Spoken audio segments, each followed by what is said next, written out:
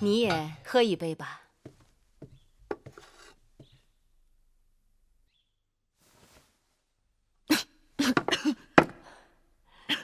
看来你还真不会饮酒。都说琴酒性烈，果不其然。这女儿家一定要学会饮酒，它是忘忧药，能陪你一辈子，不离不弃。芈月，你可见过天底下有比我姑母更潇洒的女子？都说大公主是嬴夫人养大的，我看大公主和嬴夫人真的比母女还要相像。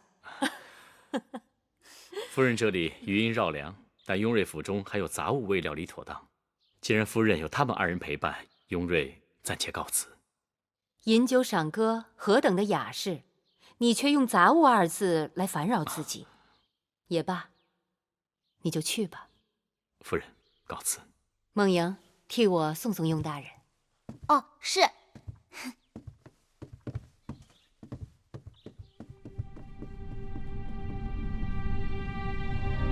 好一个芈八子！当日我就看出，大王迎娶的处女中，唯有你是最不安分的。夫人的话令芈月战战兢兢。你小小年纪进宫不久就得此位分，可见得你在大王眼中的分量。我听说大王已经专宠你2月有余，宫中因此废议。芈月不知自己错在哪里，望夫人指点。如你这样的情况，并非宫中第一人。先王后和当今王后，他们出入宫时，大王都专防毒性了3个月以上。妻者妻也，王后是大王唯一正妻，平起平坐都是应该，专防更是无理由挑剔。你明白就好。除了王后、魏夫人、果美人承恩，最多也只不过就是10几日的功夫，魏良人就更少了。大王历来都是我行我素，但是大王对你的专宠，都快赶上王后了。这让有些人看在眼里，心头早已滴血。芈月别无他念，只想好好侍奉大王。能侍奉大王是你的福分。当今世上，既有心性又有姿色的女子，大多都是宁愿做褒姒，也不甘做无言的。你要当心，恃宠而忘形，树敌太多。虽然说后宫之事也应该由大王来定夺，但是大王的心思多在前朝，并非总能关照后宫。要想平安多福，就要收敛心性，懂得进退。谢夫人指教，芈月字字铭记在心。起身吧。谢夫人。其实，我想让你记住的，就是2个字：分寸。是。姑母，梦莹，你回来了。梦莹啊，芈八子是头一次到我这儿来，你快带她到我这北郊行宫四处去看看，啊！走。谢夫人。去吧。刚刚姑母跟你说了些什么？只是家常话罢了。嬴夫人豪爽，心思如同男子，举手投足更有大丈夫之气。我就知道你们俩会很投缘。哎，雍大人怎么会在嬴夫人这里？雍大人常常看望姑母，他们的情分已不是1日2日。能看得出他们彼此是体贴知己。姑母一生艰难，但很洒脱。我从小便想学做她那样的人。夫人，大姐来了。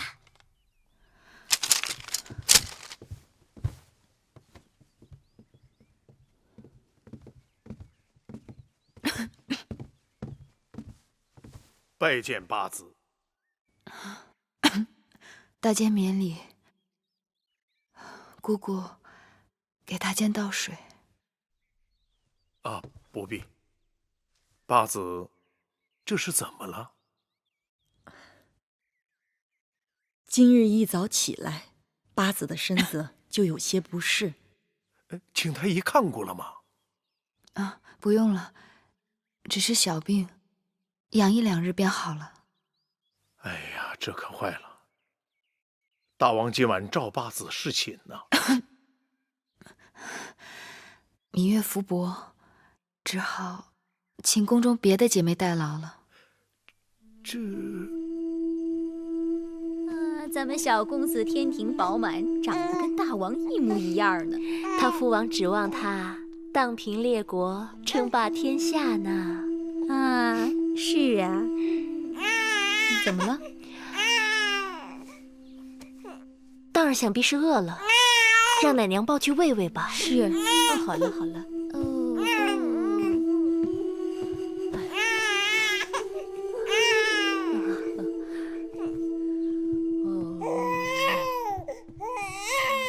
小公子都满2个月了，大王也没来用过几次晚膳。大王政务繁忙，可奴婢听说，大王几乎夜夜都召芈月去承明殿呢。今晚侍寝的又是他。我月子里的时候不能侍寝，芈月替我侍奉大王。如今我刚出月子，芈月多陪些大王，也是她的本分。只怕有些人的心思在本分之外了。好了，玳瑁姑姑，我知道你是在为我争，但是不能因小失大。当儿刚满月，大王就令魏夫人把主持后宫的大权交还给我，可见大王对我的信任。如今大王指派芈月主管整理我从楚国带来的陪嫁书简，她日日在书库，也算恪尽职守。好不容易有几天太平日子，你就不能让我耳根清净一下？奴婢知道了。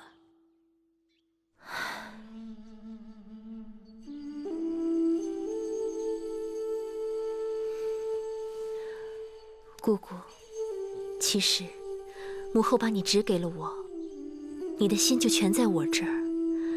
入秦宫这1年多，你跟着我吃尽苦头，姑姑对我的好，我心里岂能无数？只是有些事情，姑姑还是少说话。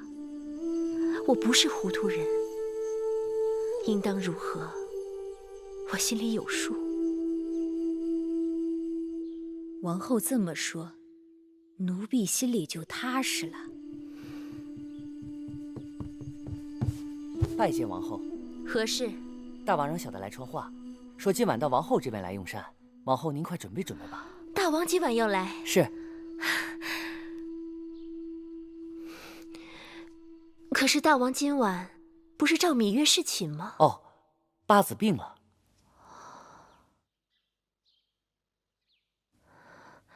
知道了，你下去吧。是。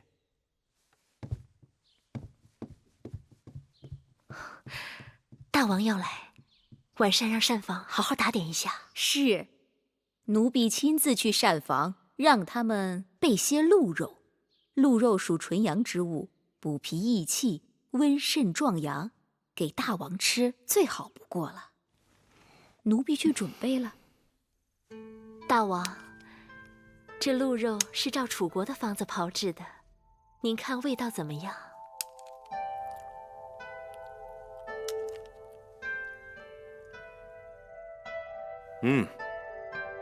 不错，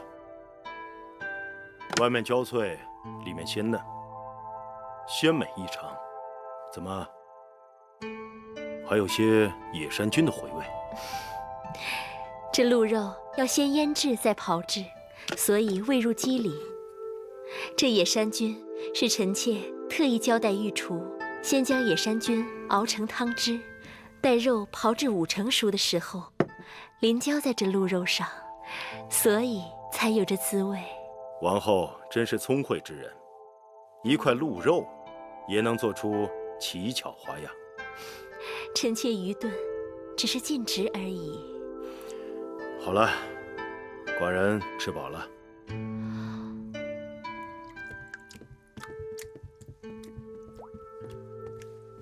大王，臣妾近日重新开始打理后宫事务，好久不接手，都有些生疏了。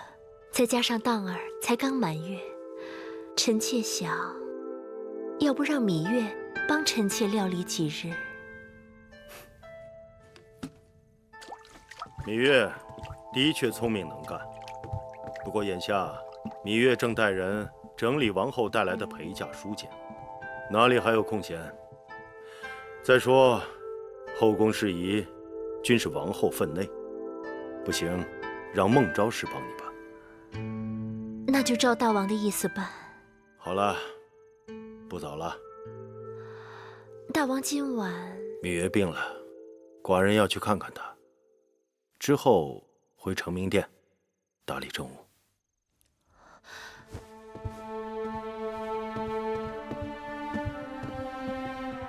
恭送大王。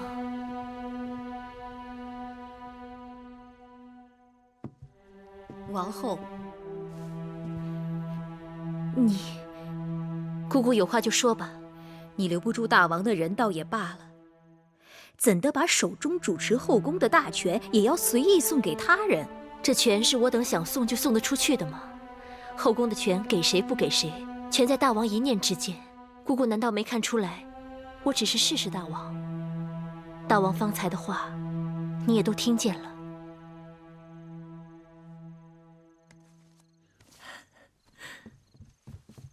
夫人、姑姑，你们快看，好看吗？按照昨日夫人给我们出的主意，我们把捉到的萤火虫装在袋子里，做成这个小灯，在外面照路，挺管用的。果然是好。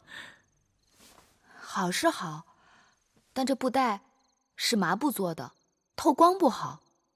你们等着，一会儿我用个薄薄的纱布给你们做个大大的纱袋，然后一起去荷塘边多捉些萤火虫，那才叫碧光莹莹呢。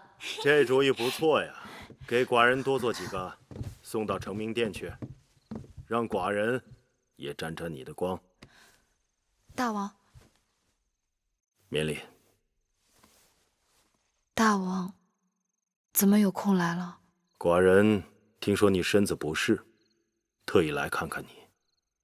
看你又能捉萤火虫，又能做纱袋，看来不是身子不适。仙儿慧儿，还不快去将新煎好的金银花水给大王端上来。是。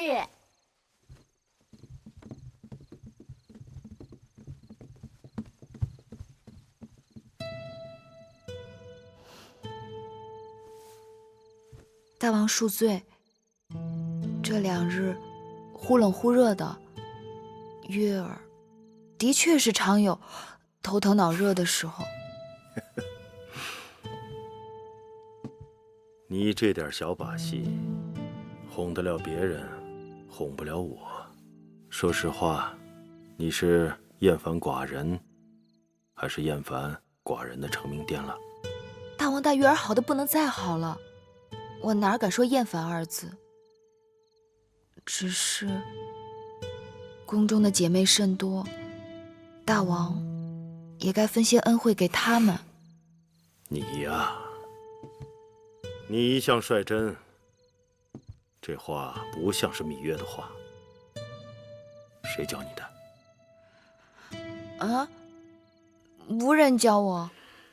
前不久，你随孟莹去见过莹夫人，定是她的主意。哎，我这个姐姐样样都好，就是爱多管闲事。燕王派使节来提亲，你等如何见解？大王，燕国在6国之中属于平庸懦弱之国，国土面积不大，兵卒数量不及魏，车骑数量逊于赵，军粮储备也难望其之项背，而刀剑器械不及韩。燕国并无一技之长，与之联姻，与我秦国毫无益处。大王，大良造此言差矣。燕国的确国小势微，北有山戎侵扰，南有齐国虎视，但这也正是燕国一心要与我秦国结交的原因。若燕秦两国联姻，南可以联手抗齐，西可以牵制东湖，大大缓解我秦国的后顾之忧，既是举手之劳，又是明智之举，为什么不呢？张子之言甚是，秦国对外该实行远交近攻之策。那燕国距秦国千里之外，与秦国并无直接冲突，而东湖和齐国与秦国为敌多年，若能联燕抗齐，乃上上之策。看来与燕国联姻，利大于弊，何乐而不为？选燕国使者，明日入成明殿议亲。是。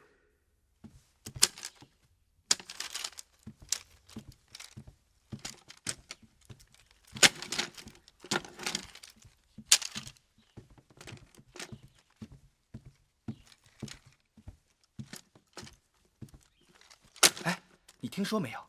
燕国派人来求亲了。向谁求亲呢？那还有谁呀？当然是我们秦国的大公主啊！咱们大公主那么好，谁能配得上她呀？你笨不笨呢？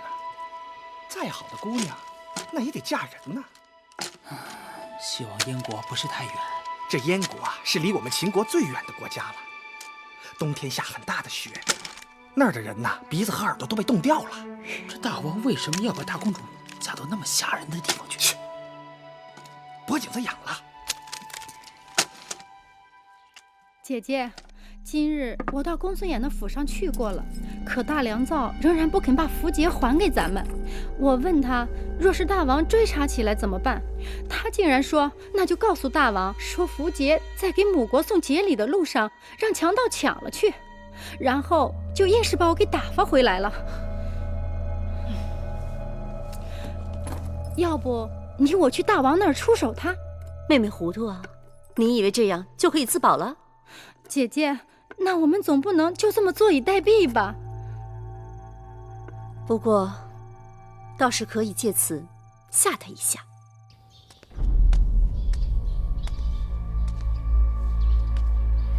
这个女人简直是丧心病狂！先生息怒，魏夫人会不会因为情形不对出卖先生？暂时还不至于。即便他在符节之事上能够洗白自己，不过谋杀王后也是掉脑袋的大罪。但眼下一群人故意为难人，他们只要粮食，不要钱财珠宝，还说拖的时间长了，要把500车粮食变成800车。什么？800车？简直是岂有此理！先生，我们应该怎么办？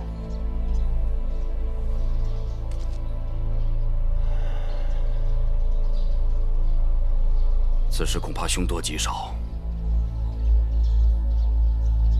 这符节大约是要不回来了，我们得想别的办法。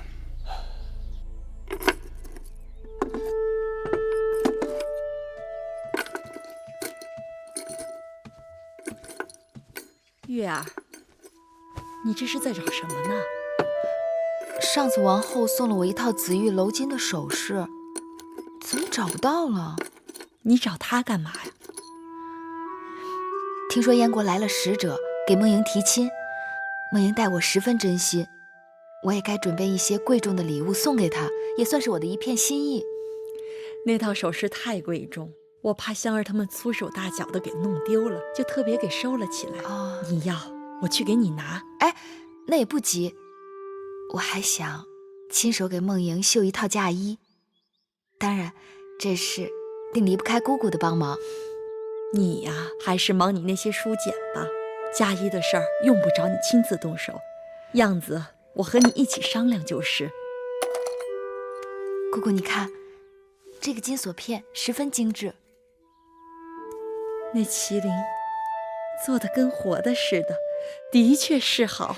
姐姐的当儿已经快100日了，我想把这个送给当儿。麒麟为人宠，象征吉祥，王后定会感念你有心的。当儿，当儿，姐姐你看这金锁片可好？当儿，当然好。前日大王赐给当儿一个金锁片，按理说也是1等1的，还抵不过你这个精细雅致。大王定是想把好东西留着慢慢赐给小公子，渐渐比过去越来越好。要不哪会有惊喜？蛋儿，来，我抱抱。哎呀，小公子好重，哪像百日，倒像是周岁的孩子。蛋儿，能吃能睡，格外调皮。这才快百日，奶娘都快弄不住他了。我们小公子是大王最宠爱的嫡子，哪能跟一般孩儿相比呀？奶娘，公子怕是饿了，抱下去喂喂。是。来。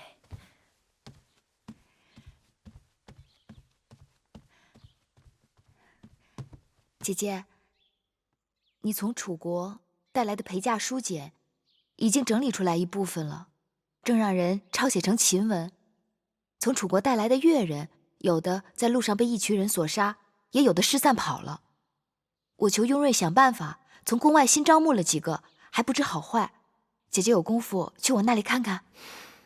你做事我自然放心，我这里也忙，后宫的杂物拎起来针头线脑，放下去又千头万绪，再加上有道。姐姐，你这是推辞还是实懒？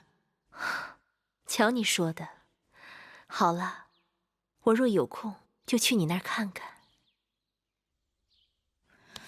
姐姐，千万不要因为针头线脑而与我生分了。那是当然。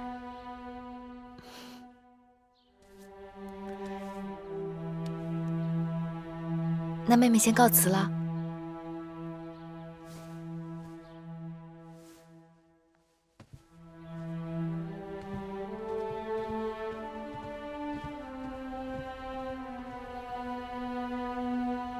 哼，我们王后什么没见过呀？一个金锁骗子，显摆什么？姑姑嘴上积点德吧。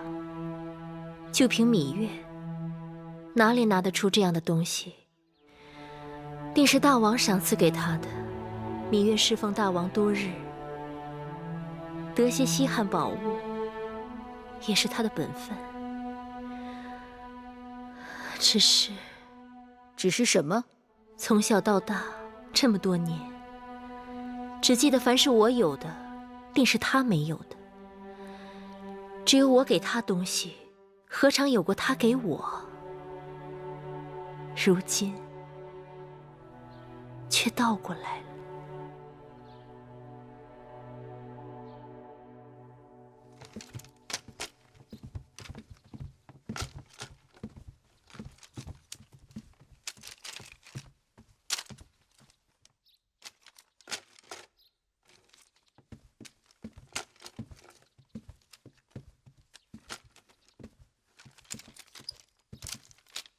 芈月妹妹，姐姐，你什么时候来的呀？也不让工人通报一声。我只是正好撞上，看你忙，想着还是不要打扰，省得你分心。什么分心？都说魏良人的学问是后宫里最好的，你来了正好给我帮把手。妹妹可知燕国来向大公主求亲了？我听说了。都知你与大公主要好，却看不出你对她担心呢。为何要担心？大公主的脾气向来我行我素，这桩婚事只怕她要闹一闹了。那燕国太子我也听说过，也算是人中龙凤。怎么，大公主不中意呀？谁告诉你是燕国太子？明明是燕王。不可能，那燕王已经50多岁了。宫里都知道了，只是前一阵子故意瞒着大公主一人。我让人打听过，燕太子早已经有元妃并生子，倒是燕王新丧了王后，所以来秦国求娶大公主的不是燕国太子，是那个燕王。燕王？那燕王，他已经可以做梦莹祖父了。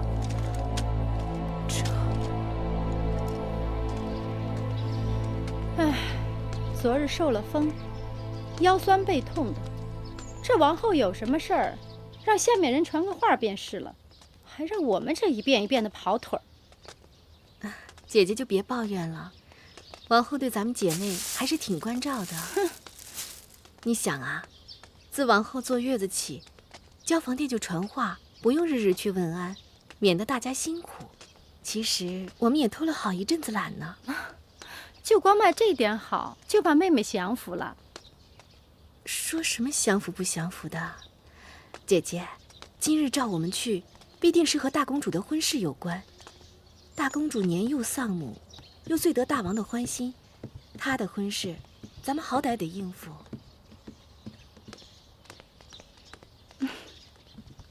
看，这人真是禁不住念叨。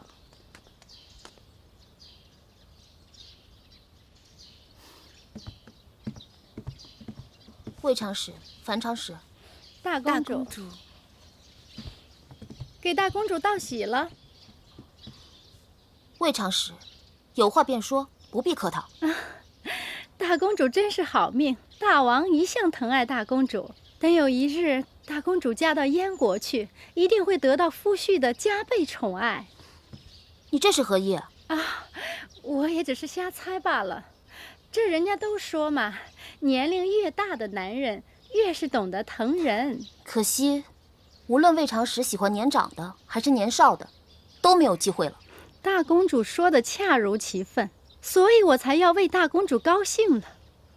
大公主未来的夫婿可谓是姐姐成熟稳健，世间无人可比。魏长史，你到底想说什么？燕王年逾50，不是成熟稳健，是什么？你信口雌黄！此事大王做主，我怎敢有一句狂语？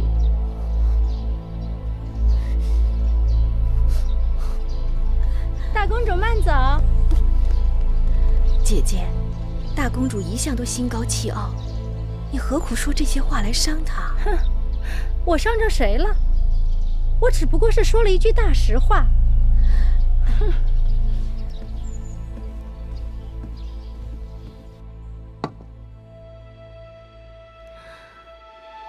大王打算把大公主许配给燕国国君，秦燕两国联姻，如古琴瑟，同德同心，有益于我大秦安危繁荣。公主出嫁是后宫大事，召姐妹们来就是商议一下大公主的婚事。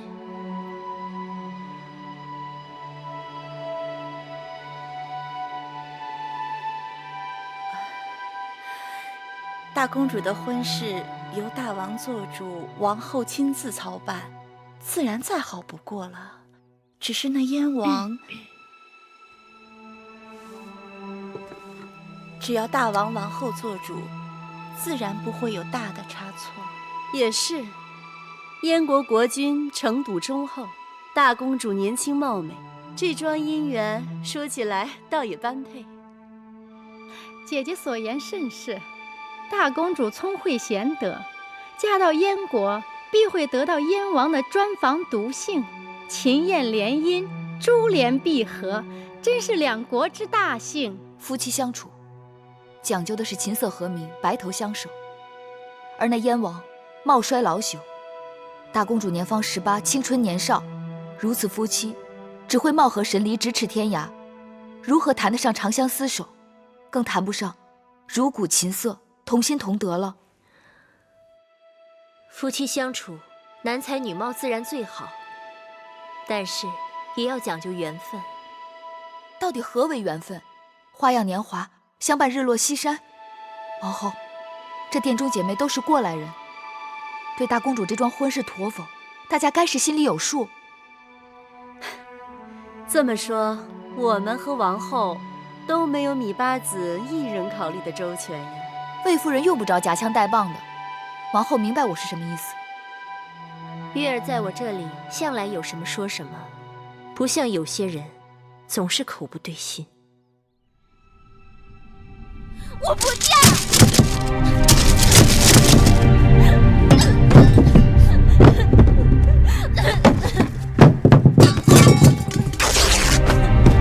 我不嫁！我不嫁！我不嫁！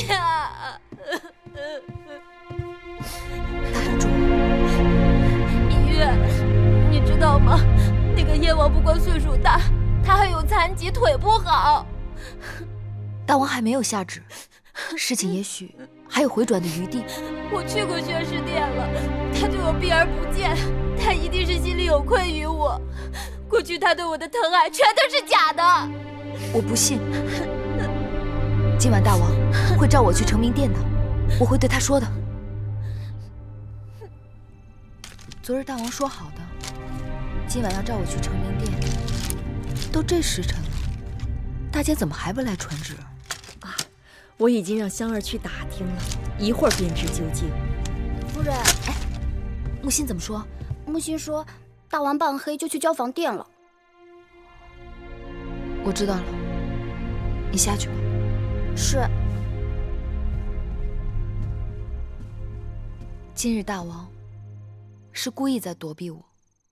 按你与梦莹的情分，谁都能猜到你定会为他向大王求情的。大王躲我，我偏要去找他。既然你已经知道大王的心思，又何必自讨苦吃？可这是梦莹的事啊，我不能坐视不管。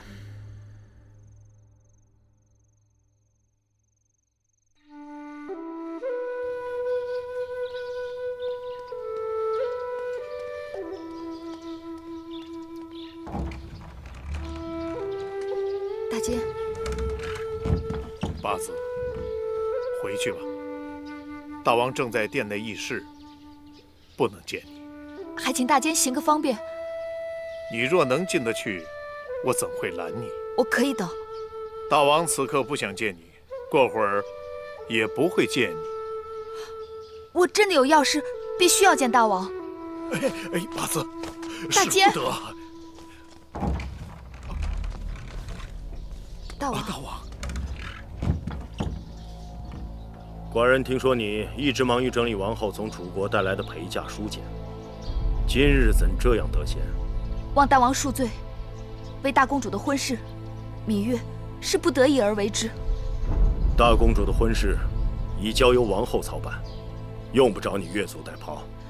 芈月不敢僭越，但大公主的这桩婚事的确是不妥。妥与不妥，前朝有重臣权衡，后宫有王后把握。你还是回书库去吧。大公主的终身福祉，只在大王的一念之间。去成明殿。是。大王。荡儿，笑一个。呦呦，荡儿，抓抓啊！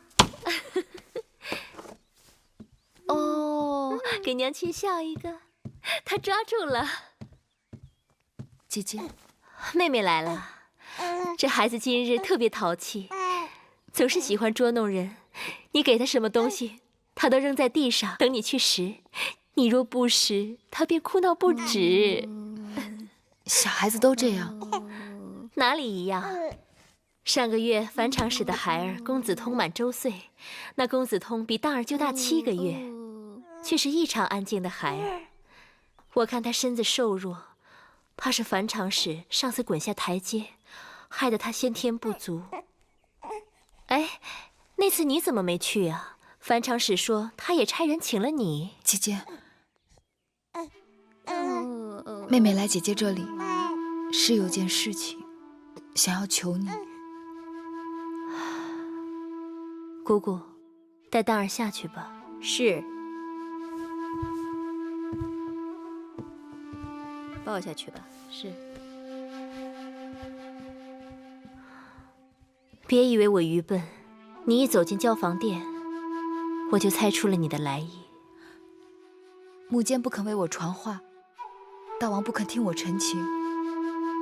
大公主这几日水米不进，我怕她会……有空，我自会去看望大公主的。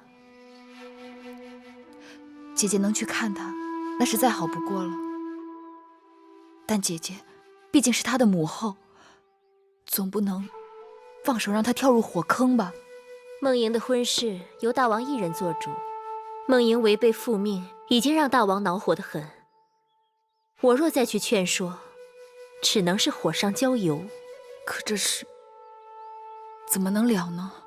走到哪儿，了到哪儿吧。姐姐有了当儿，比我更知晓，凡事要为儿女的前程打算。列国自有年貌相当的诸侯和太子，大公主为什么偏偏要嫁给燕王那个老朽？那个燕王还是个瘸子。若是轮到你我，也是打死不嫁的。上次召集后宫嫔妃，商议梦莹出嫁之事，你当众顶撞我不与你计较，是因为我知道你是性情中人，但大王的脾气，你也是知道的，只怕比你还执拗。我已经有了上次的教训，凡是大王拿定主意的事，硬要去碰，只有突破血流。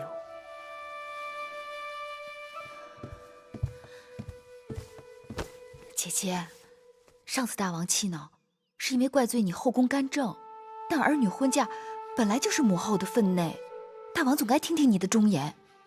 姐姐，梦莹可怜，女儿家一生好坏只有一次，若遇人不淑，终身悔恨。当初姐姐一心想嫁给大王，不就是想图个好姻缘吗？姐姐，你是知道我的，我但凡有一点点办法，都不会来这里来麻烦姐姐。好啦，真是磨人。我并非铁石心肠，但你我都知道，此事是无中求有。如若机会得当，我会去试试的。姐姐这是答应了要为大公主求情，还不是因为你纠缠。有话在先，事得成事不成，都别怪我。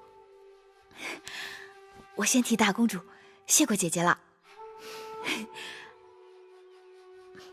那我就先走了。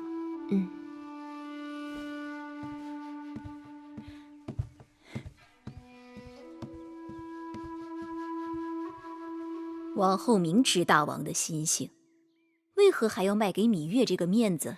你也知道，入秦宫这么久，芈月只为她弟弟来求过我，还被你给拦了。芈月是打断骨头也不喊疼的人，从来不愿欠任何人的人情。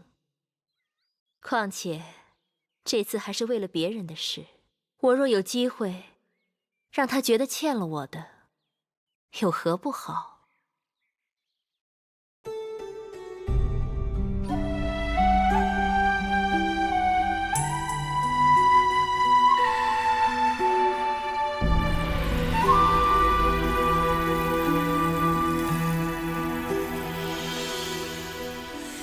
繁星如许，明月如初，前尘往事从何起数？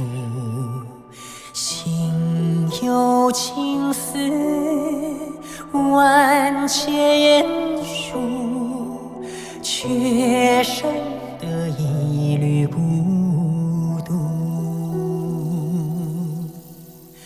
春花开谢，秋草又枯，盛衰荣辱，如何细数？泥水暖，渭水寒，换不回一人入骨。尝尽悲欢离合人间苦，却怎么咫尺天涯陌路？去倾诉，是一度，去情再相负。愿为你平静柔情傲骨，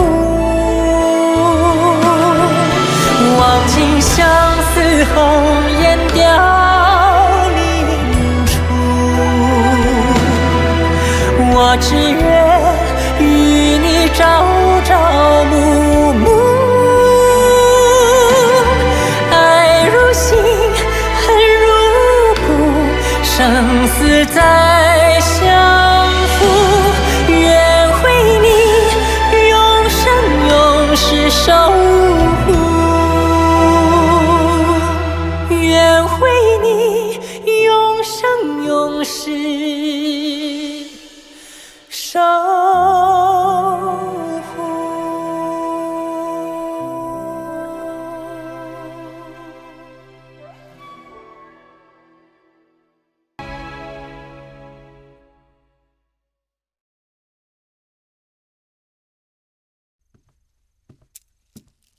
木间传旨，大王一会儿就要到交房殿来。珍珠珊瑚，你们两个手脚还不麻利点儿？是，王后，你要不要带这只我们从楚国带过来的金簪呢？还是带那一对前日大王赐的蓝田玉钗吧。是。可奴婢还是觉得那对金簪更炫目些。你们都把我从楚国带来的首饰暂且收起来。人要吃一堑长一智。水能磨石，但万物水最软。我既想袒护母国，又不希望和大王伤了情感，只好事事顺势而为。是。王后再用些胭脂吧，烛光下也显得喜气些。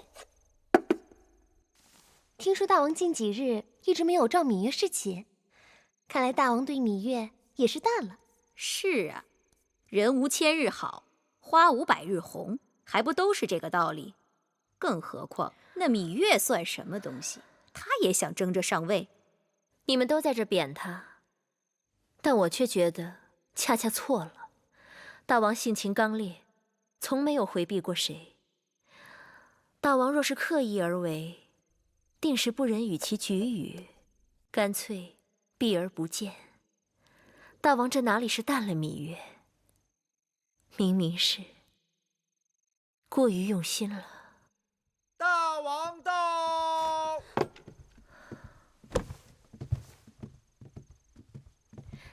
大王，王后免礼。大王兴致勃勃，定是有喜事。寡人刚从四方馆来，国相张仪给我出了个主意，让在四方馆外放些铜箱，每个去四方馆的侧室都有甲乙丙丁的竹签，每日4家学说辩论，这些竹签的多寡决定着馆中辩论的席位。众人旁听侧室辩论，赞同哪家，就把手中各自的竹签投到哪个铜箱中去。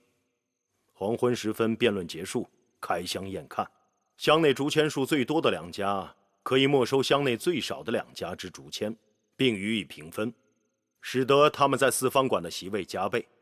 今日是第1日，结果果然有趣得很。诸子百家之学说，乃经营国家的策略。这个张仪怎么能用来做赌注？实在是太轻佻了。天下本就是赌场，诸子百家也不过是以列国国运为赌注，游说国君们推行自己提出的国策。寡人欢喜的人，都是与众不同、胆大妄为的。王后未免自我困顿，过于拘泥。臣妾忘了，大王一向喜欢标新立异、古怪精灵。这有何不好？寡人倒是奇怪，你与芈月同是姐妹，但性情却截然相反。张仪的主意让芈月知道了，她一定会欢喜。芈月打小就逐心去意，臣妾的确与她不同。10个指头还不一般长短，你和她要互相好好帮衬。大王所言极是，淑儿知道了。好了，寡人今日到你这里来，是有件事情跟王后商量。2日后立夏，寡人打算带文武百官到南郊祭夏，大约要花3、5日的功夫。寡人不在宫中，后宫事务就交给王后处理了。其他事情倒也没什么要紧，就是大公主的婚事。王后要悉心操办。大王在众子女中，最疼爱的就是大公主，嫁妆丰厚不用讲。只是臣妾听说，梦莹至今不解大王望女成凤之心。芈月对这桩婚事也颇有微词，并曾当众顶撞臣妾，让臣妾为难得很。王后以为这桩婚事如何？大王行事一贯慎密，深谋远虑。选中燕王，定是为了大公主好，女儿家娇嗔，出嫁前闹一闹也是有的。臣妾照大王的意思办。王后识得大体，由你操持大公主的婚事，寡人放心。大王整日操劳，臣妾只是想替大王分担困扰。王后今日的容颜格外娇美。大王打趣臣妾。这只发钗与王后的发饰相得益彰。秦国蓝田玉是世间极品，臣妾为大王而容。王后钟情秦国蓝田玉，却不喜秦国的范石。寡人听说，你总嫌秦宫的疏素粗粝。臣妾自小体弱，疏素容易让臣妾积食上火，所以不敢多用。无妨，你是王后，秦宫里稻米有的是，随你吃。但是寡人还是喜欢那些疏素。稻米吃了以后，1-2个时辰就饿了，不顶用的。臣妾今日特地为大王做了些点心，都是秦国物产，不知大王是否中意？究竟是何物啊？臣妾熬了山药小米粥，还有枣泥饼。这些东西虽然普通，但却最是暖胃安神的。王后有心，寡人刚好有点饿，叫他们端上来吧。玳瑁姑姑，快把点心端上来。是。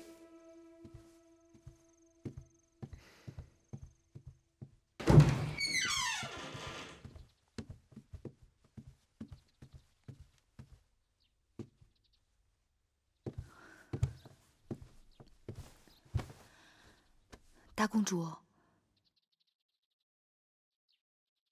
就算别人不爱惜你，你也该爱惜你自己。我的命是父王给的，他这样逼我，让他收回去好了。你这是以命相搏，其结果必是两败俱伤。照理讲，大王并非蛮横之人，若能弄清楚事情究竟，说不定还能找到回转的办法。只是大王根本不肯见我。王后答应说情，却又不了了之。他连你都避而不见，看来我仍可以救我了。别那么灰心。我想，尽管大王是一言九鼎，但总有人说出的话能让大王回心转意吧？除非是他。谁？芊芊，去给我取膳食来，我要吃东西。大公主，你说什么？快拿膳食来。是。爱有情，心有灵。姑母，几千君子，殷夫人，坐吧。谢夫人。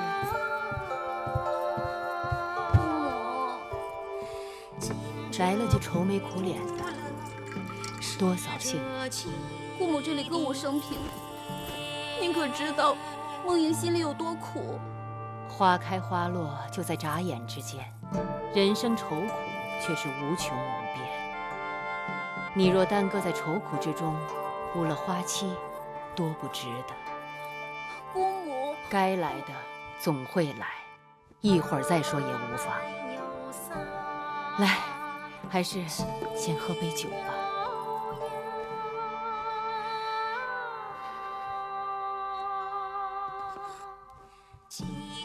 我曾说过，这世间绝对不会背弃你的，唯有这佳酿。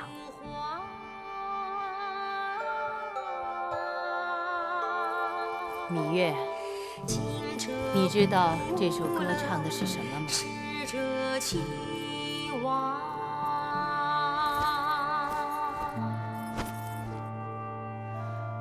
有乐及时行乐，转眼人之老矣。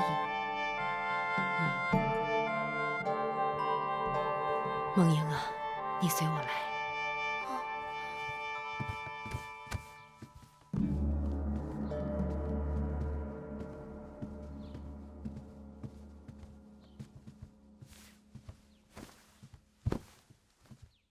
孩子，要哭，你就在这儿哭吧。姑母，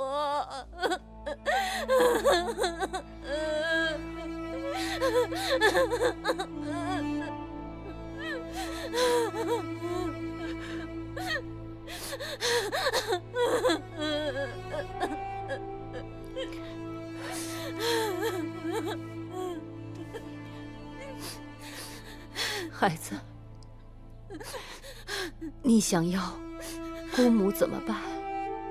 去跟父王说说，让他收回成命。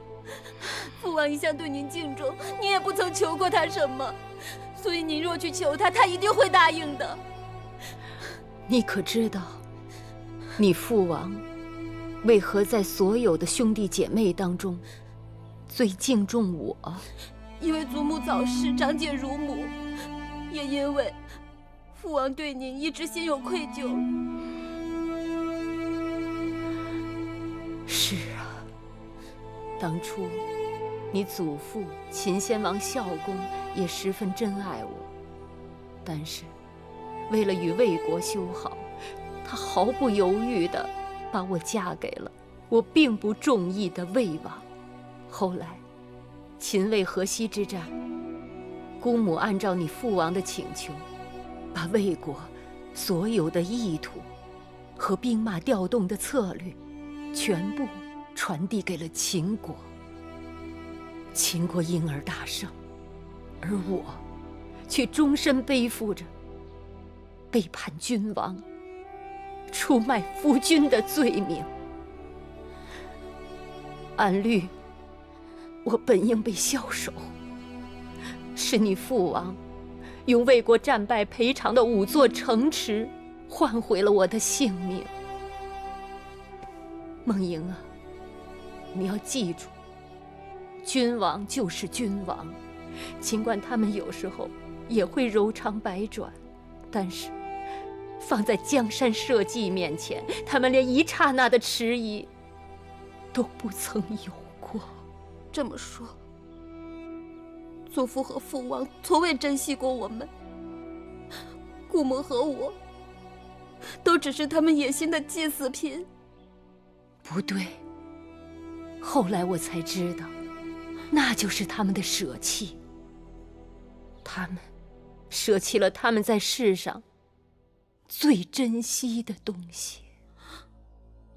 我如今才知道，父王对我从未真心过，全然不顾我是他的亲生骨肉。他的真心不是你要的真心，他宠你正是因为你是他的亲生骨肉，他逼你出嫁也是因为你是他的亲生骨肉。我不情愿，我不情愿，姑母。生在王室之家，这就是你的命。除非你不做大王的女儿，不做大秦的公主。我不做公主了，我不要做公主，我要搬来跟姑母一起住。姑母，我求求你救救我，你帮帮我，姑母。我不要嫁，姑母，我求求你，你帮帮我，姑母，我不要嫁，姑母，我求求你。傻孩子，眼下我这一切也都是你父王赐给的。从你一生下来，你就不懂得什么叫一无所有。当年我离开魏国，秦国是我的退路，我还可以寄居在此。而你眼下却是退无可退。我若劝你退，就如同劝你从高墙上跳下去。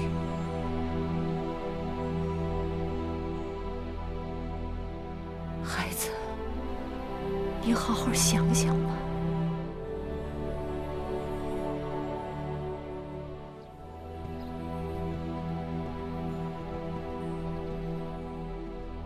夫人，有话你便问吧。你是大秦最有见识的女子，为何要叫孟莹认命？在秦国，历代先君、储君和公子们，死于战场的不知道有多少。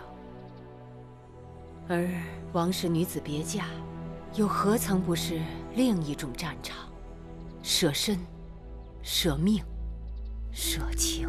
身为君王，就真的要这么无情吗？你要君王该有什么样的情呢？是周幽王宠褒姒，还是纣王宠妲己？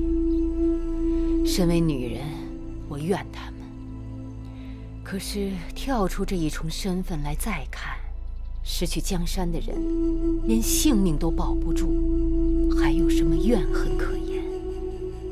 夫人既然这么说，可言语中却还有诸多的不情愿。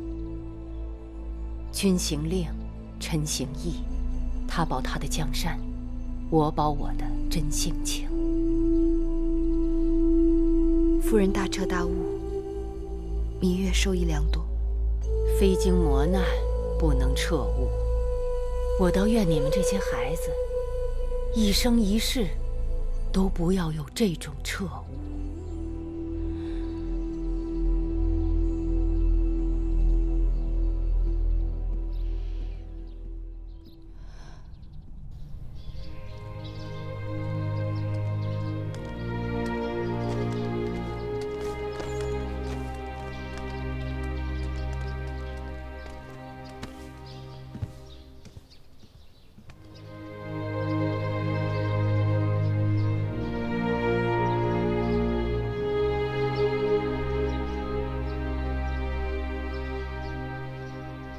你们要照顾好尹夫人。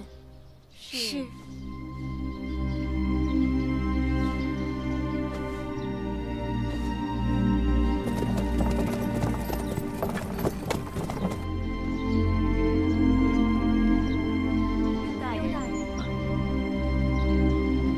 夫人，你来了，怎么也不叫人通报一声啊？我正好路过这里。孟莹他们走了，不过是后宫中有一个伤心人罢了。从一开始就不抱有期望，比抱着期望却落得一场空要好得多。可惜，他还是春梦无痕的年纪。孟莹，我倒是不担心，只要他想明白了，就会跟他的父王一心一意。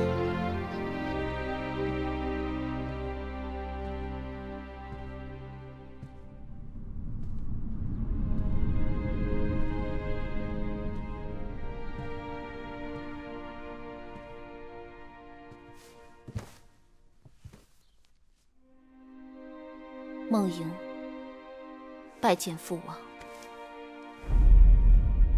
你可想通了？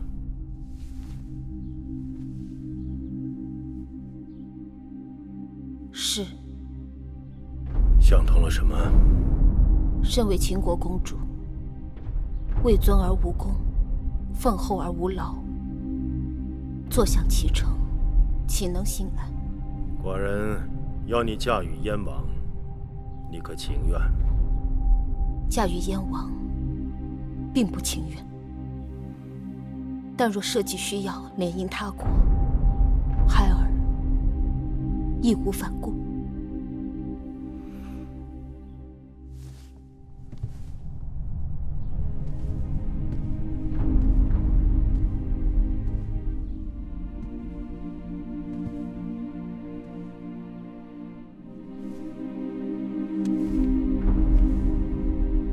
到底还是寡人的女儿，与寡人心意相通。记得寡人第一次上战场的时候，才13岁，双腿发抖，怕得不行，但依然义无反顾。织女莫过父。等你真正面临沙场的时候，你不会懦弱。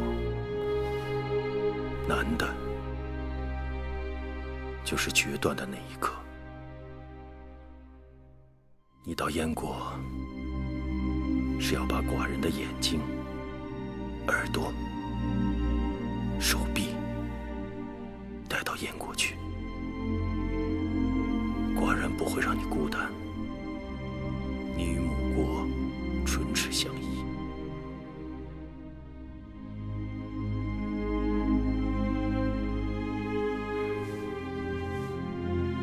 要流泪，就在寡人面前流，千万不能让燕国人以为秦国女子软弱好欺。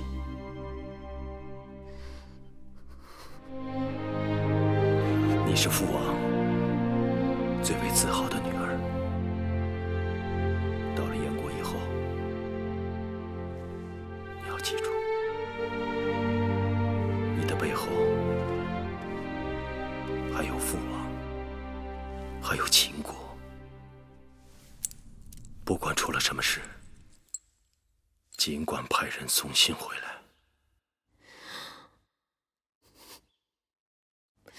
多谢父王。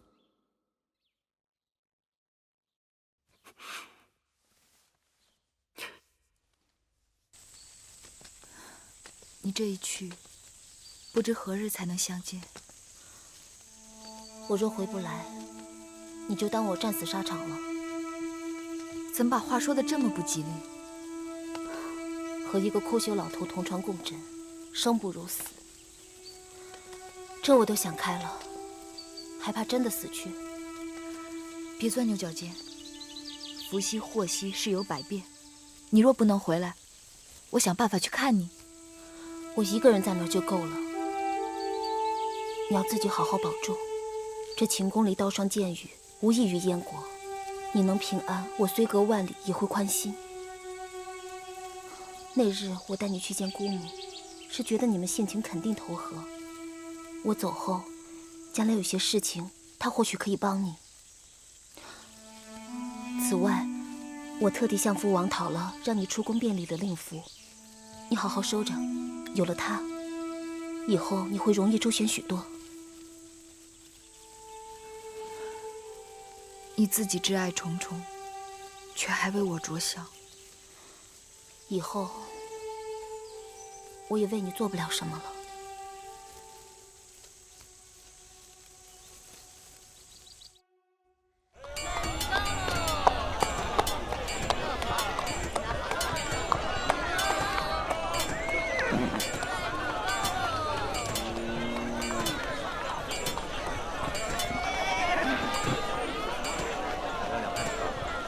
给您啊，您家好啊。公子要不要米糕啊？来2块吧。来，姑娘。这个不错啊，买不买啊？不。我看你就是个混账！米糕了。你到底买什么？你不买，别在这等了，你都耽误做生意了。我怎么不买？我要买，是你不卖给我。你哦，我卖，说到底买多少只？100只。100只？嗯。我没带那么多呀。这么办，你跟我到家里去，你自己抓。我跟你去，你抓。我抓啊！你连买鸡翁、鸡婆、鸡雏都搞不清楚，我怎么给你抓呀？你这个人好不讲理！我都说了，我给你50钱，那鸡翁要的最少，鸡婆多要，鸡雏要的最多。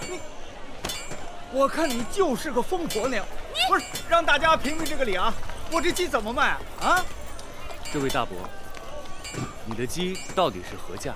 啊，鸡翁5钱2只，鸡婆3钱2只，这鸡雏便宜1钱6只。这位大嫂，你到底带了多少钱？想要买多少只鸡？我出门的时候，我婆婆给了我50钱，说买100只鸡。我婆婆还说，那鸡翁啊，光吃不劳作，要少买些；那鸡婆能下蛋，要多买一些；那鸡雏长大了能卖钱，越多越好。那我也不知道我看呐，你呀是买不成了。你婆媳俩不识零数，只识整数啊！哎，你随便给他抓100只鸡，总是不会错的。我要是给他鸡雏抓多了，他说我占他便宜；我要是抓少了，我又吃亏。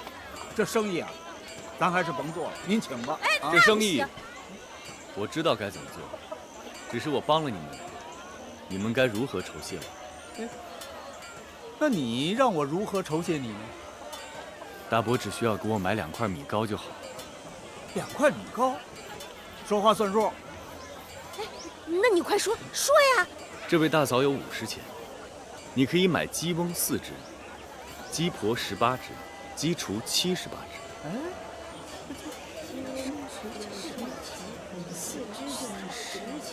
哎，这个人是不是饿疯了？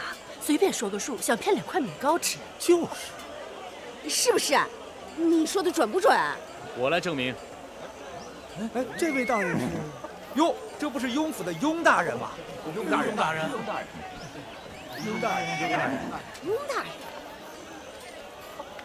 我可以证明这位公子算得没错。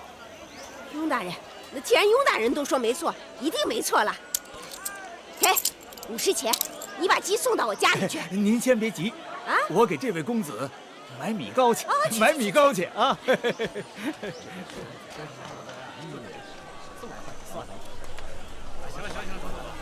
请问公子尊姓大名？在下黄倩。在下雍瑞，有意请公子去府中小坐，不知可否？那恭敬不如从命，请。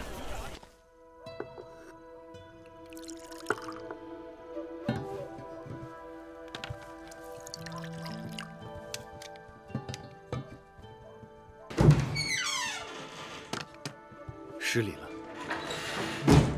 公子一看就非等闲之辈，若不嫌弃，就在我雍府暂且寄身，寻找机遇，施展抱负。在下来秦国，只是与人有约，未做长远打算。秦国眼下正值用人之际，秦王视财如金，求财若渴。那张仪入秦不到1载，便被秦王拜相，公子何不重做酌量？我只是一介书生，有点莫威之计。雍公子过誉了。好吧，去留之事咱们暂且再议。公子肯在雍府落脚，已让雍某不胜荣幸。来，黄公子，喝酒。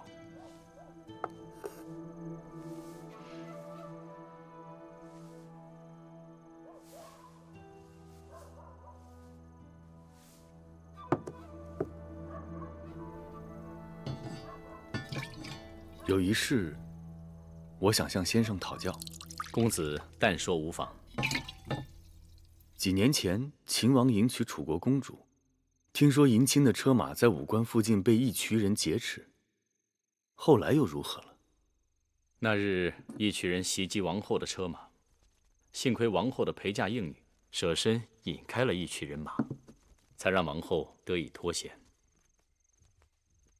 王后有3个陪嫁应女，不知是哪位应女如此侠肝义胆。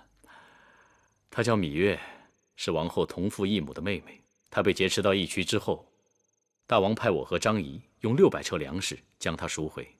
到了秦宫，因她聪颖俊俏，深得大王的宠爱，已被册封为8子。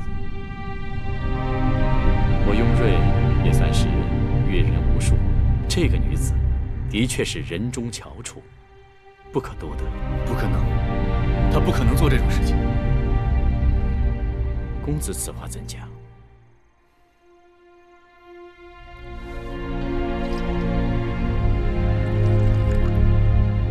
来，喝酒。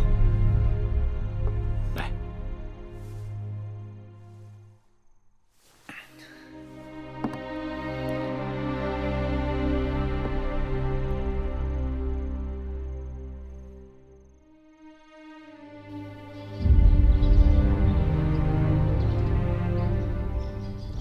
父王，儿臣去了。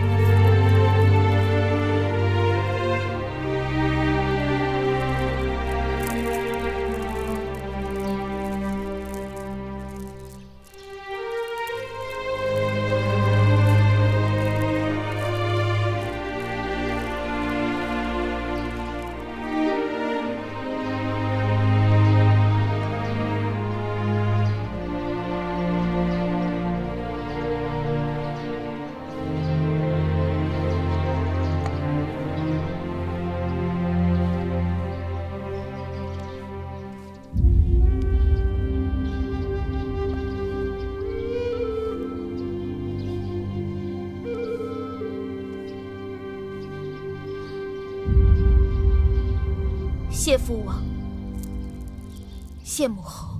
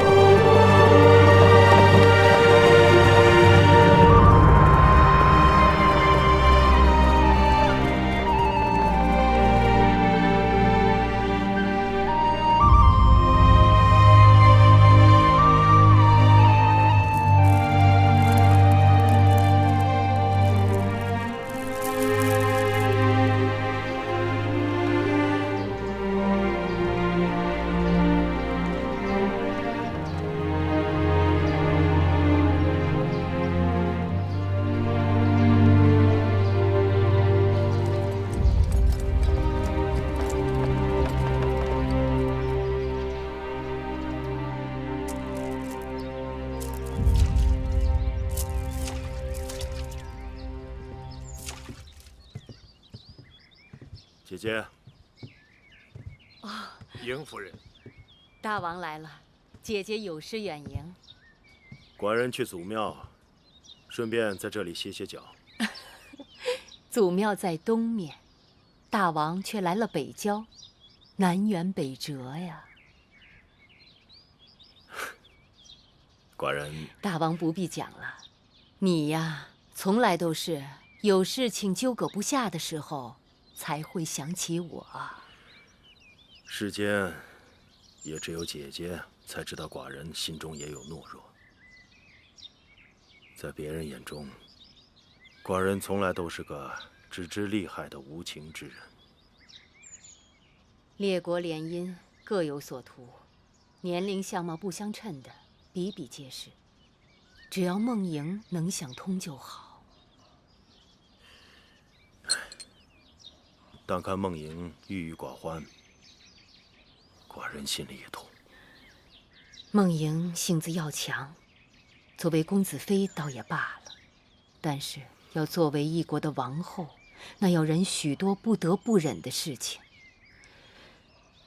我是吃过那个苦的，回头想想，我如今过的日子，真比那时候高兴多了。如何高兴？你看看这赏鱼、赏花、打猎、抚琴、酿酒。大王，去年秋天的时候，山果繁盛，我还亲自酿了一些果子酒呢，送了雍瑞几坛子，他赞不绝口。大王若是喜欢，也带走一些，尝尝我的手艺吧。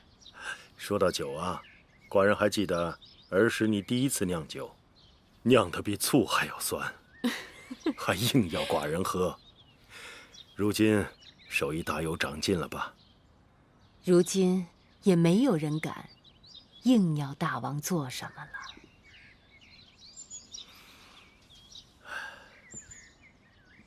逝者如斯，如今寡人坐拥江山，却更怀念当初的岁月。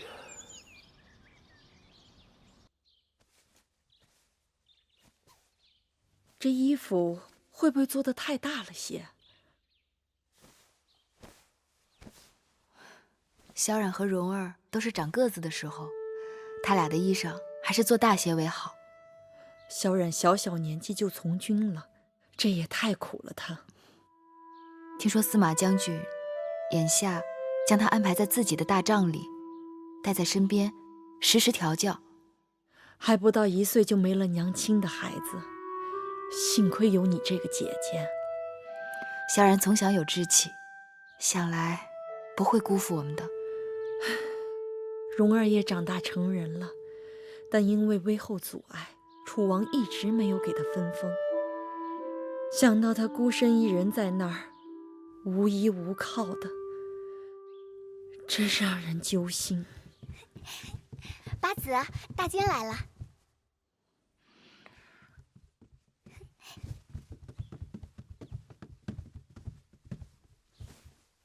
大王口谕，宣弥月今晚承明殿侍寝。是。还不快帮着八子梳洗打扮，接他的撵轿马上就到了。是。八子，老奴告退。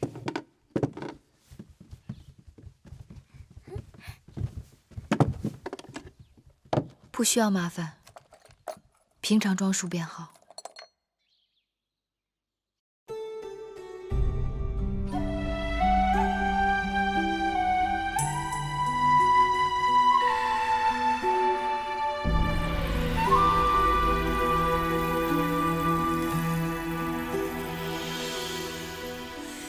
繁星如许，明月如初，前尘往事从何起数？心有情丝万千束，却剩得一缕孤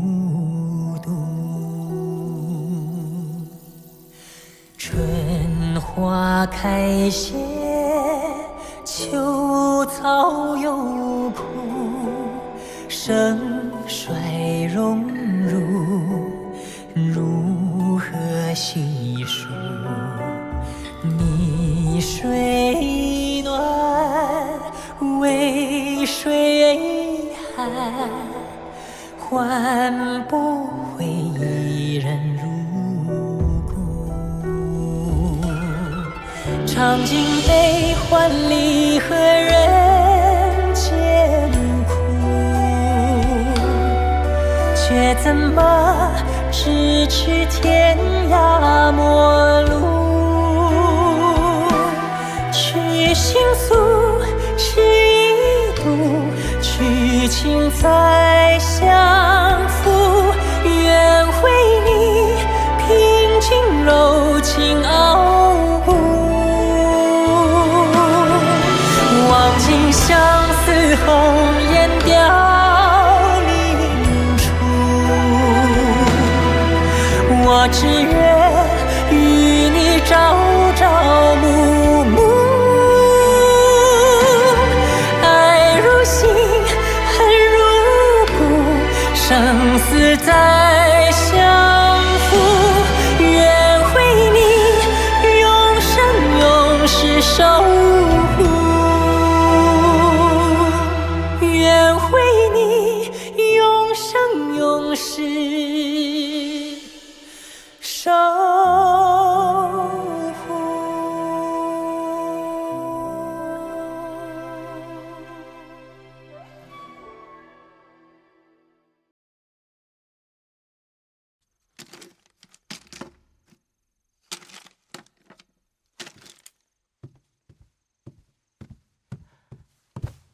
大王，不是这个，寡人要的是昨日寡人看过的那卷秦律。是。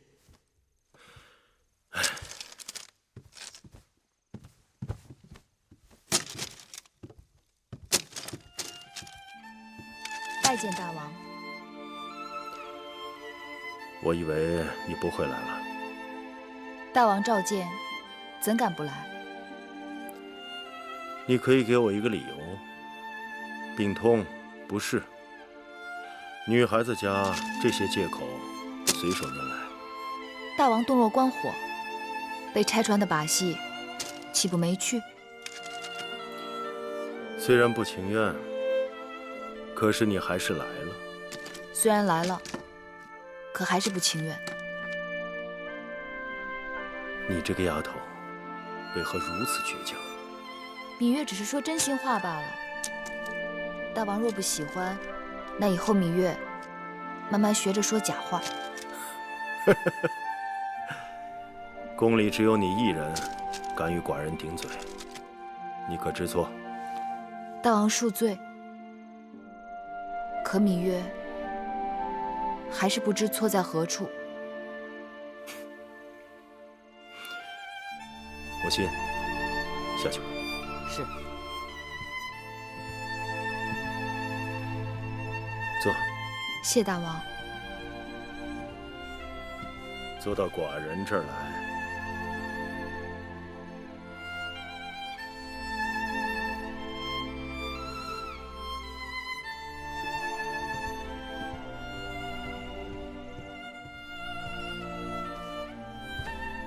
你说，寡人喜欢你吗？或许有那么几分吧。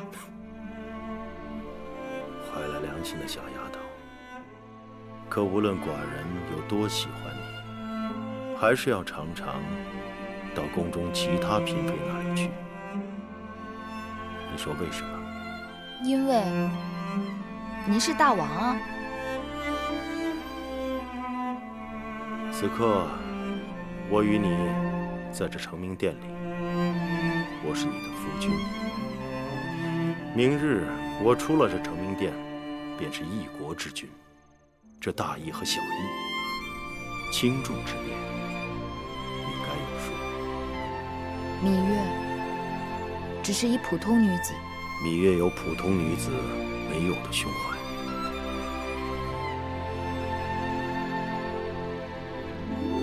大王是想要芈月学会做宫中女子？寡人不要你做宫中女子中的一个，而是要你在寡人眼中独一无二。行了，别跟寡人赌气了。寡人找你来是有正事，听说整理王后陪嫁的书简之事一快了结，你近来在演练新招来的乐师。芈月只是不想让光阴荒废了。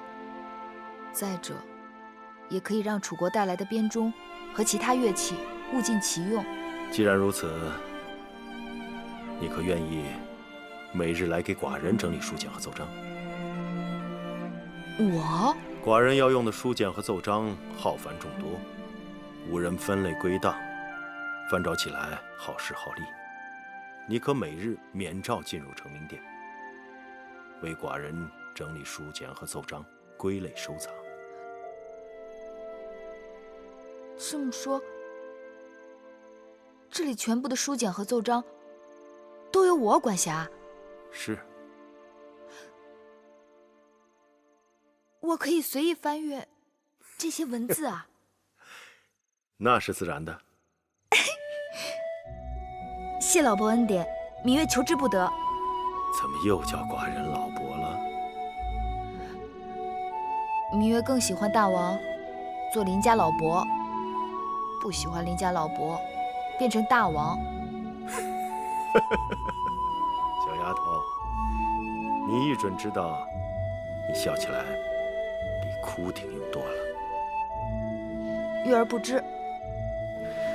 精兵利器足以毁掉寡人的社稷。对了，明日是7月初1，寡人想带你去一个地方，不过到时要让木间给你准备一套合适的暖装。明日要去哪儿啊？明日你就知道了。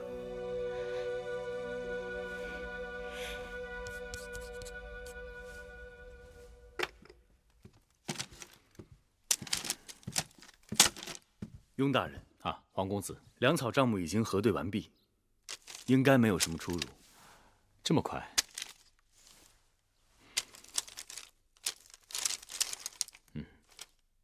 幸亏有你帮忙，不然我一个人忙到手忙脚乱都弄不完。举手之劳而已。一会儿我要去宫中见治粟内侍交接账目，午后才回来。进宫？雍大人，能否带上子倩同往？哦，在下听说咸阳宫恢宏无比，想借此机会一开眼界。也好，万一有什么问题，我也好找你核对。不过，你千万要记住，一会儿到了宫中，一定要跟紧我，切勿到处乱走。好。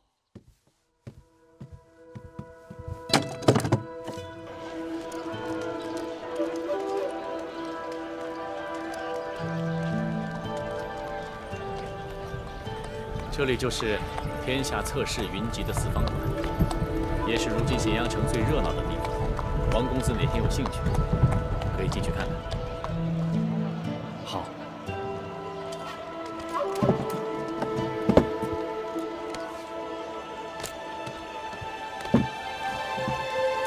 这是什么地方？四方馆，寡人知道你一定会喜欢。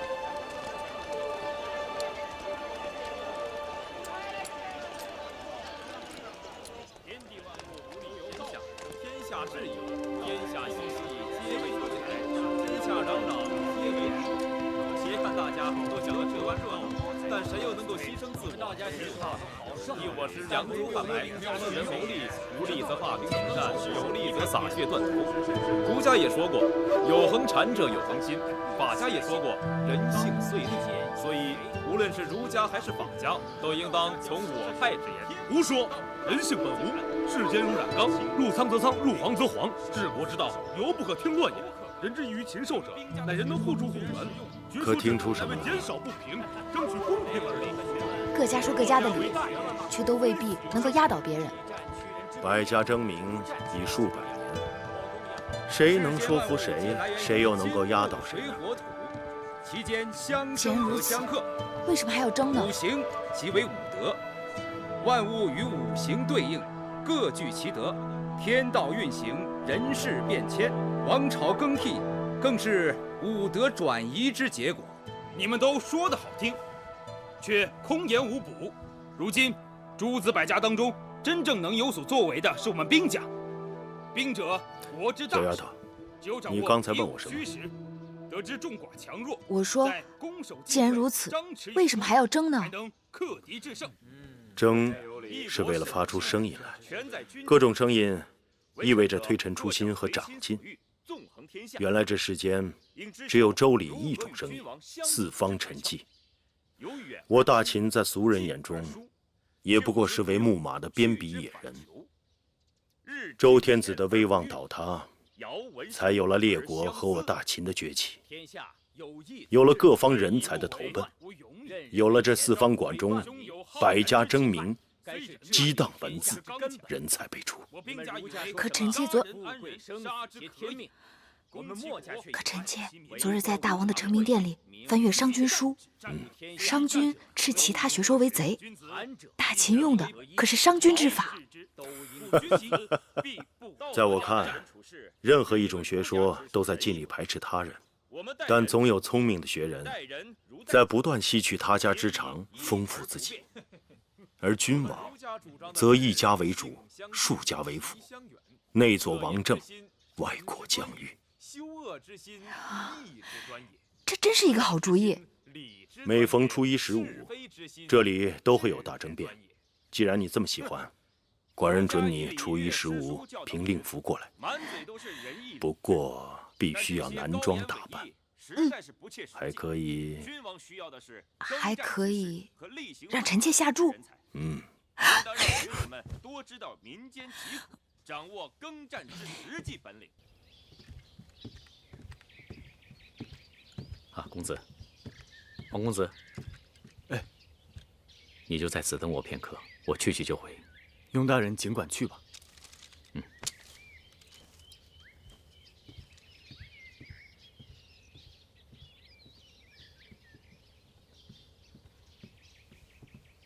敢问，敢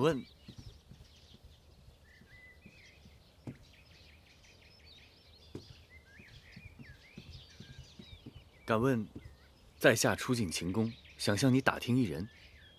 何人？是位楚国来的女子。这宫中楚国来的女子多得很。这个女子名叫芈月。你是何人？怎敢大逆不道，直呼芈八子的名讳？她与你有何干系？哦，在下也是楚国人。这宫里宫外楚国人多得很，都借着楚国二字来攀附八子。你四处打听他，到底想做什么？啊，母亲，雍大人，不知你在问什么呢？这位公子是随我进宫办事的。小的不知，这位公子是跟雍大人一起的，多有冒犯。我们这就告退。雍大人慢走。走。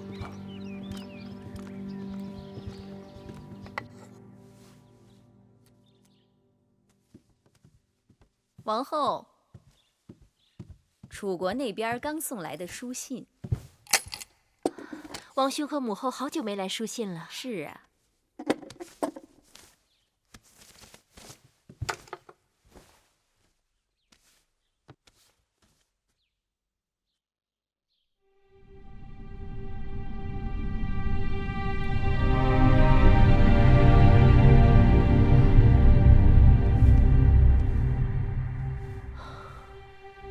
王后出了何事？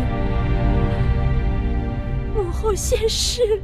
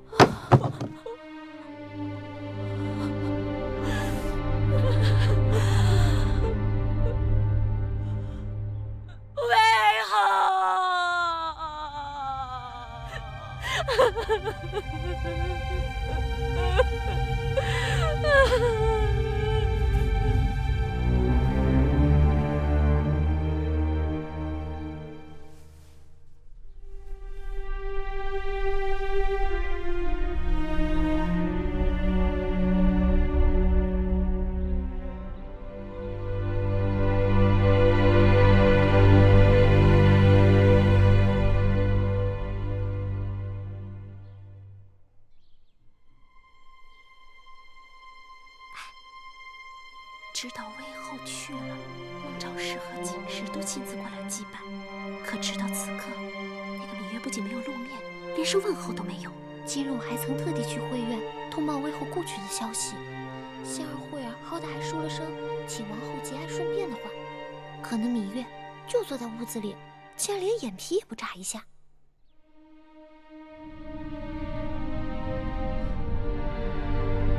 姑姑，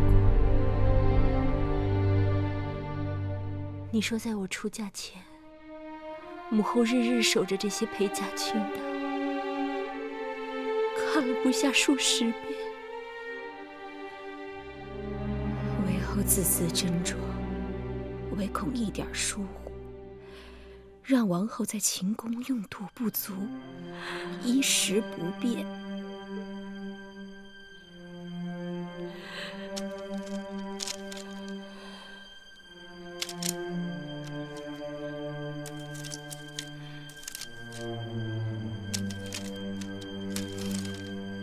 这清单上全是母后的心血，可我却从未认真看过。王后出嫁，魏后可谓喜极忧戚，柔肠百结。母亲，孩儿不孝，皆悔莫及。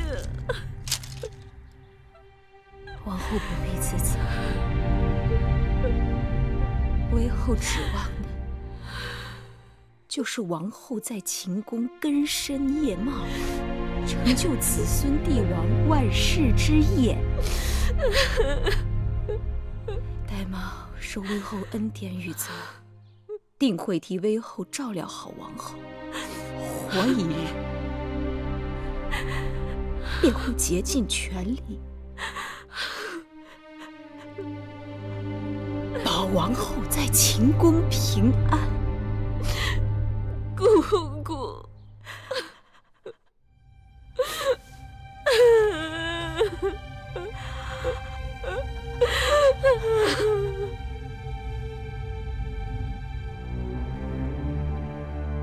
他死了，他居然死了。死了？谁死了？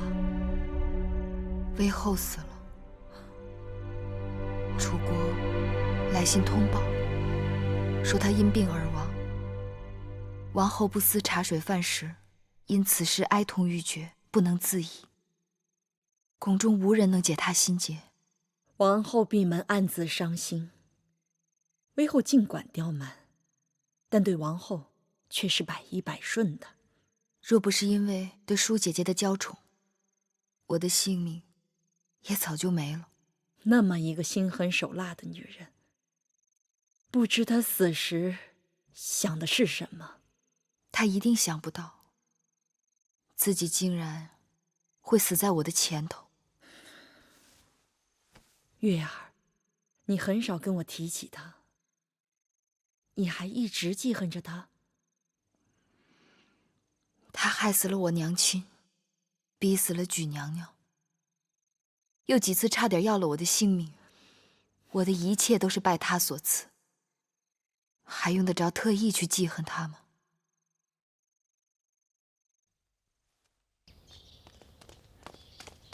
先生，公孙先生，你怎么来了？我今日来也是迫不得已。出什么事了吗？先生是否曾有块符节交给义渠人使用？确有此事。那是在秦王迎娶新王后之前，我借给他们的。当时说好了，用完之后即刻奉还。但是因为事情没有办成，他们却也赖着不还给我。这事情都过去2、3年了，我现在正在想办法与他们交涉。先生不必痴心妄想了。前些日子，我们在义渠国的密探秘密通报，早在半年多前，秦国的雍瑞大夫以重金从义渠王手中买走了那块符节。什么？这怎么可能？如果真是如此的话，秦王为何待我从无异样之处啊？那不过是猫戏老鼠的手段而已。眼下先生随时都可能大祸临头。事不宜迟，魏王已经为先生做好了安排。8月初1，我在城外接引先生离开咸阳。这是给你准备的出城符节，这是伪造你身份证明的注册。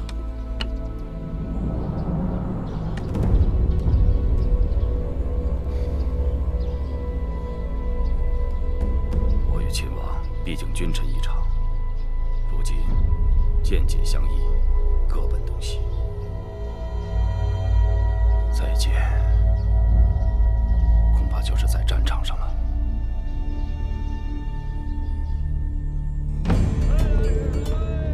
走吧，下一个。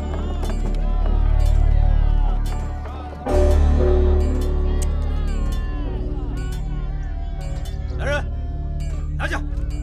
为何抓我？为何抓我？听说是个魏国的奸细，说抓人就抓人，有证据吗？这年头抓人要什么证据啊？后边的人愣着干嘛？抓紧时间！下一个。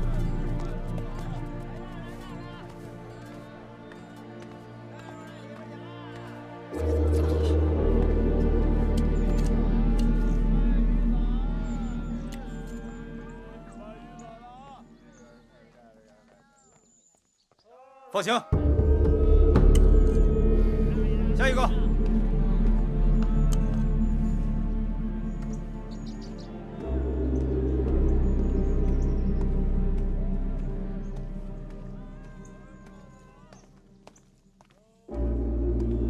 公孙先生，请上车吧。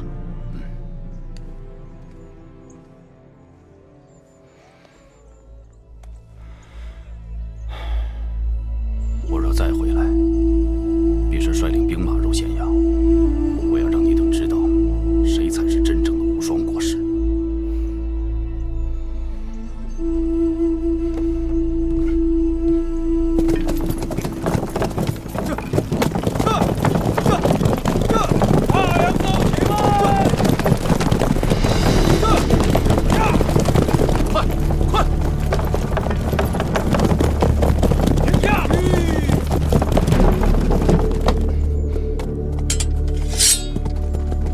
车内可是公孙衍？公孙衍，请下车吧。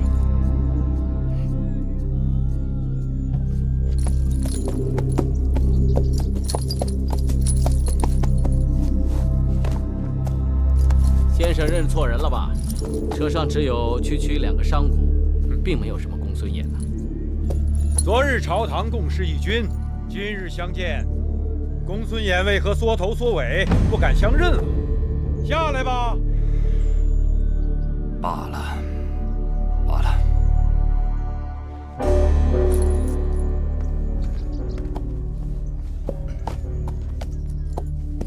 既然如此，楚离子不必对我言语羞辱。我公孙衍不过是想出趟远门，不劳楚离子相送了。身为大良造，出行光明正大，何苦要乔装打扮？公孙先是位高权重，乃大王的左膀右臂，怎能不辞而别呢？昨日座上客，今日阶下囚。大王待臣下3心2意，令天下人寒心。大王对你仁至义尽，倒是你公孙衍朝秦暮魏，手鼠两端。带走。是。慢着，慢着。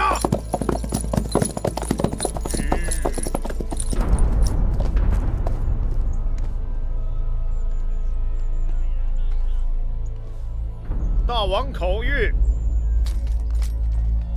公孙先生曾为秦国社稷立下汗马功劳，听闻即将远行，特此千金以壮行色。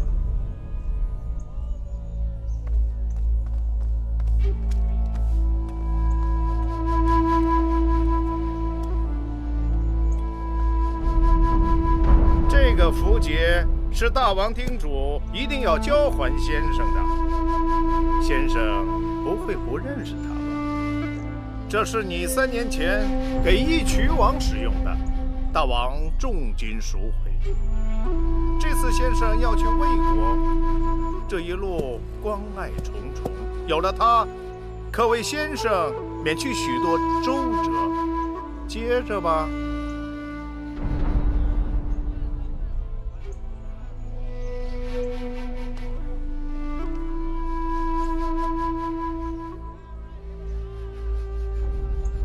楚离子，放行吧。放行。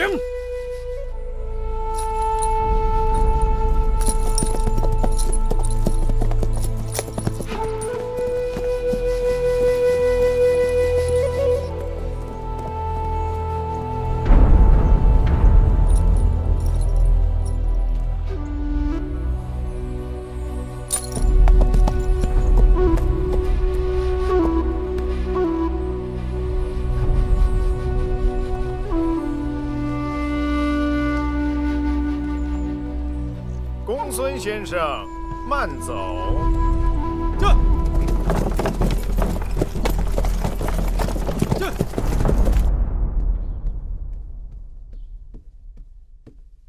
大王，公孙衍出走魏国，必成大患。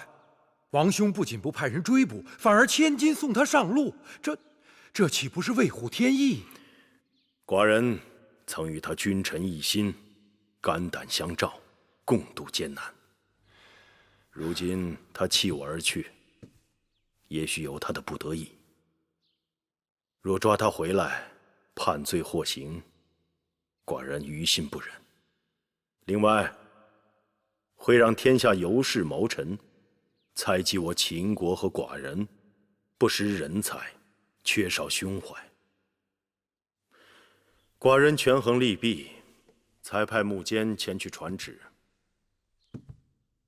既然公孙衍已不能为大秦所用，何不借他的离去，收复天下人心？王兄高瞻远瞩。不过放走了公孙衍，那魏国埋在我们中间的那些暗桩怎么办？全部起出来，不管牵涉到谁，抓！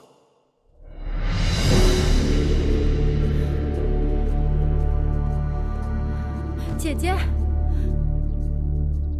你出去吧。是。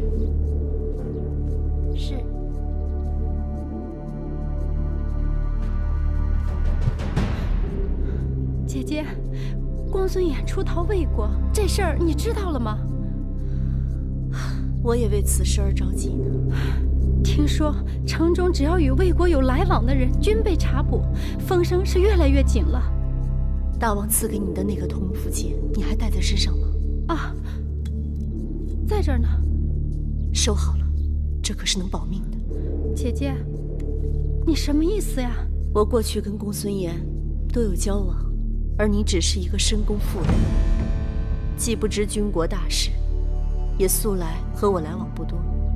从今以后，你就不要再到我这里了。姐姐，如今公孙衍已经出逃了，这铜符节再也寻不回来了。我这次只有坐以待毙了。姐姐，那铜符节你也不可能日日藏在箱子里呀。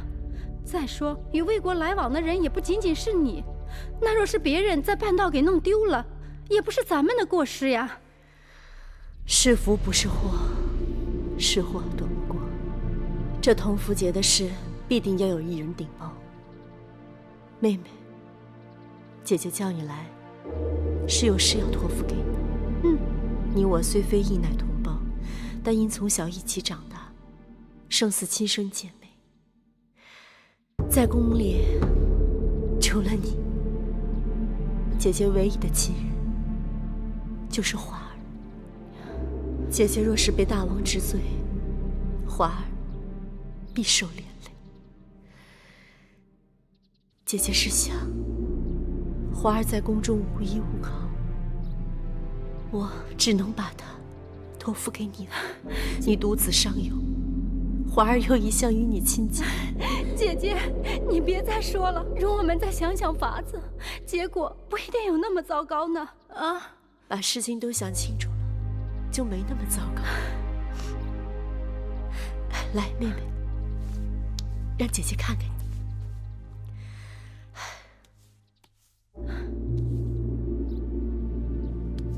你说这时间过得还真是快，这转眼我进秦宫已经近20年了，而你也有10几年了。那时候你还是一个毛手毛脚、经不起事的小丫头。记得那年你失手打碎了大王的一个碗，吓得你躲到了交房店的偏殿，浑身发抖。姐姐，后来还是你替我顶了罪，还被王后罚跪了2个时辰。逝者如斯夫，你已为人母，姐姐也老了。姐姐，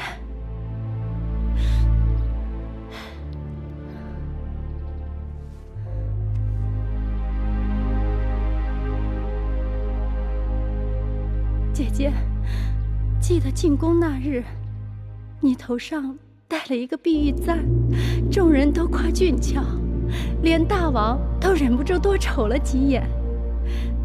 那簪子可还在吗？在。姐姐，你把它赠予我吧，以后也是个念想。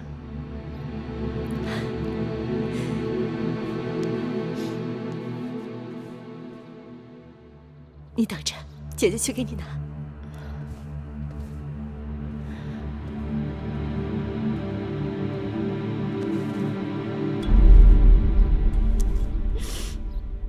姐姐，我的孩儿就托付给你了。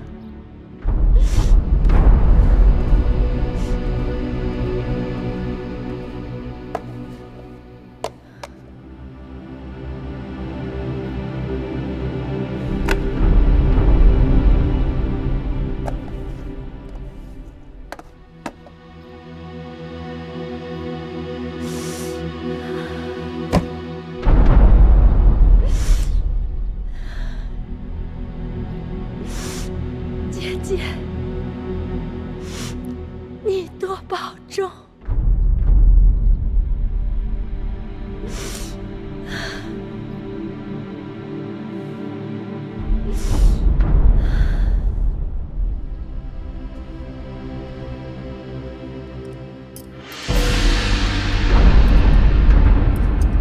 你们想干什么？贵嫔夫人就敢闯进来！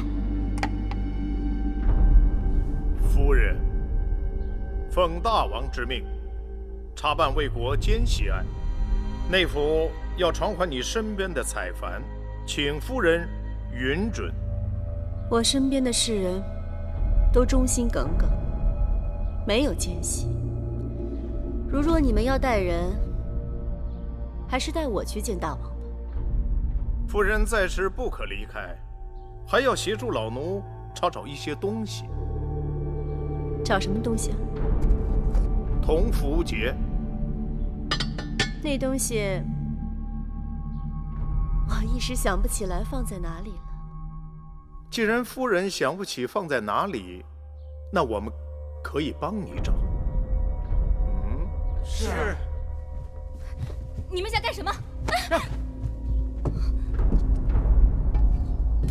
若是真找不到，恐怕夫人就更不好交代了。哦，忘了告诉夫人，魏长史已经前往内府问审了。我妹妹什么都没做，你们太放肆了。大王吩咐，公子华身边的所有太傅和侍从均已换人。采凡，你还站着干什么？走吧。夫人保重，奴婢先去了。不光是采凡，所有从魏国来的侍女侍从都要到内府过一遍，带走。是。夫人保重。大姐，没有。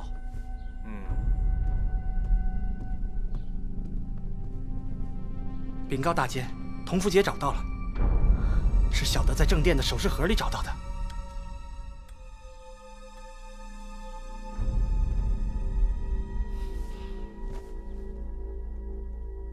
那魏夫人平日多霸道啊！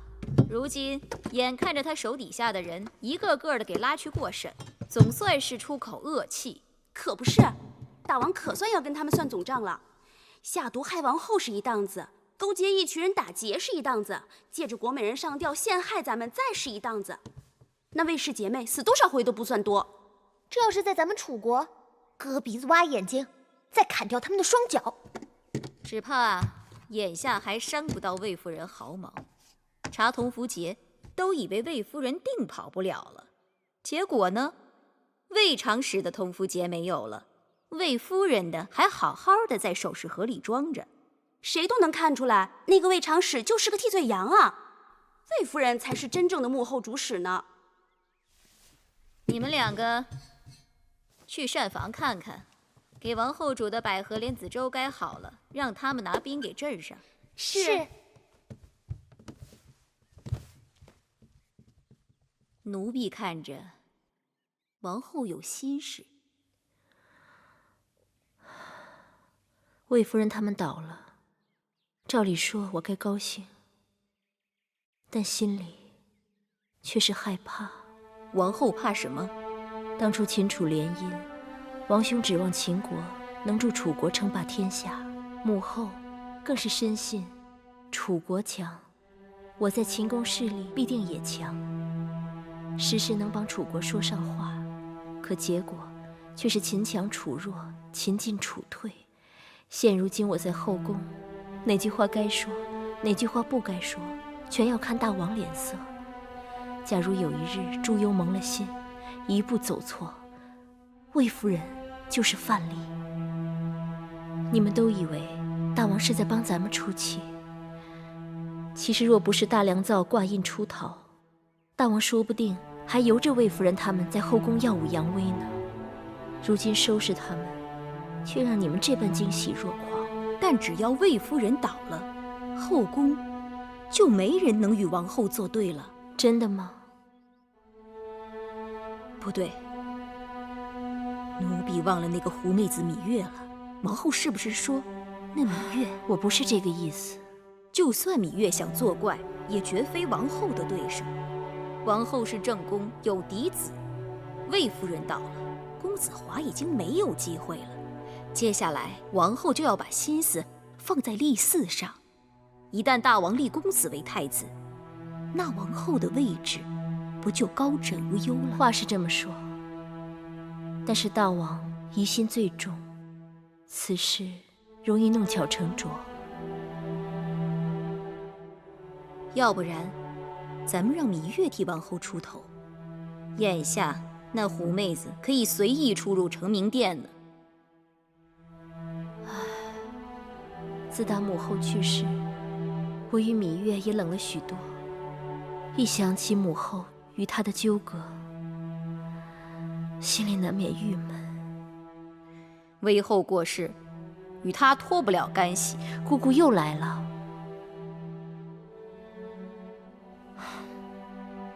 算了，你去传话吧。过几日就是8月15，让芈月他们到教坊殿来，顺带着叫景氏和孟昭氏也来。魏夫人倒了，总是幸事，我们姐妹们也该聚聚了。是。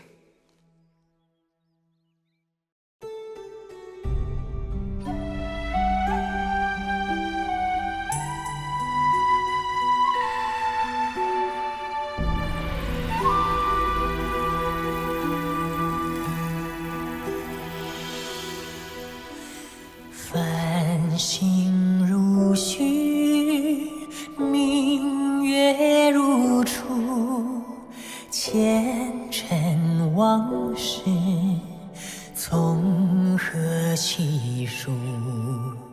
心有情丝万千言书，却生得一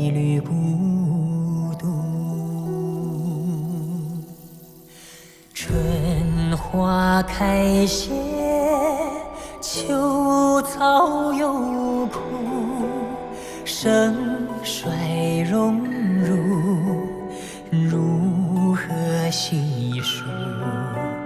你水暖，为谁寒？换不回一人入骨。尝尽悲欢离合人间苦，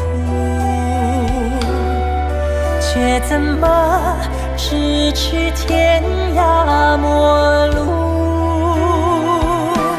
去心诉，是一度，去情再相负。